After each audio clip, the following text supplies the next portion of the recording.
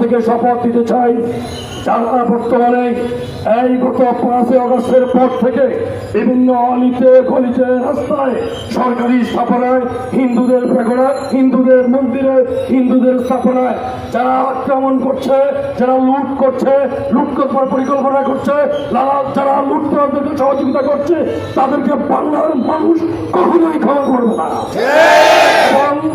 বাংলাদেশে একটি combing operation চালু করতে হবে।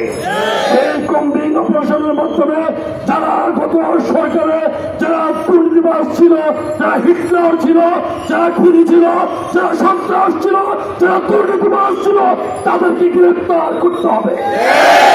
গ্রেফতার করে তাদেরকে কঠোর আইনের মুখোমুখি করতে হবে।